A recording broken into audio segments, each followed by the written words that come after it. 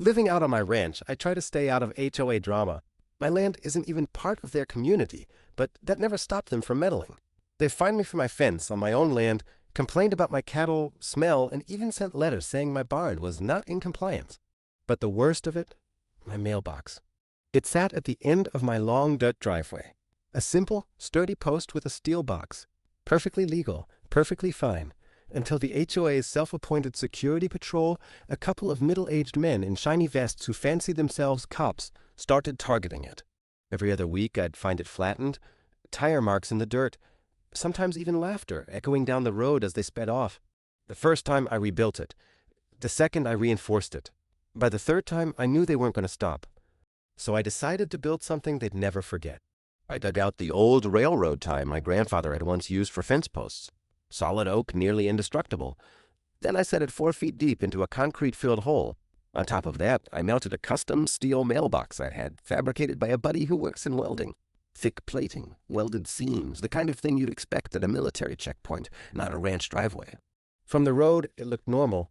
Fresh coat of paint, flag on the side, even a little decal to make it blend in. But under that paint was a box that could stop a tank. I waited. It didn't take long. Late one Friday night, I heard the roar of a truck engine and the crunch of gravel. Then the unmistakable thunk followed by a loud metallic crunch. Silence. I walked down the driveway with my flashlight. Sure enough, the HOA cops had tried again. Only this time their shiny SUV hadn't flattened my mailbox. It had crumpled like a soda can around it. The front bumper was bent inward, radiator leaking, airbags deployed. Both men sat inside, dazed, too shocked to even crawl out.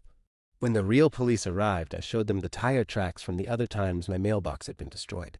I showed them the security footage from my trail camera, clear as day. The same SUV, same men, same smug grins as they ran over my property again and again. The officers shook their heads.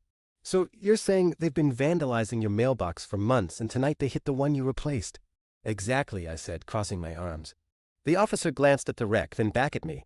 Well, looks like they hit it a little too hard this time. The HOA tried to spin it, of course. Karen, the president, argued that I had built a booby trap. She even threatened a lawsuit. But the county inspector came out, looked at my setup, and gave me a thumbs up. Perfectly legal, he said. Mailbox is regulation height, built to code. Strong, but legal. If they hit it, that's on them. Case closed. After that night, the so-called HOA cops disappeared. Their SUV sat in the repair yard for months before it was finally hauled off, bumper twisted like tinfoil. As for my mailbox, not a scratch. Still standing tall, flag raised, ready for the morning mail. Now, whenever Karen drives by, she slows down just a little. Maybe it's to admire the craftsmanship, or maybe it's just to remind herself that out here on the ranch I don't play HOA games. They wanted to keep running over my mailbox. Instead, I built one that stopped their little patrol once and for all. And the best part? I still get my mail every morning, right on time, delivered to the toughest mailbox in the county.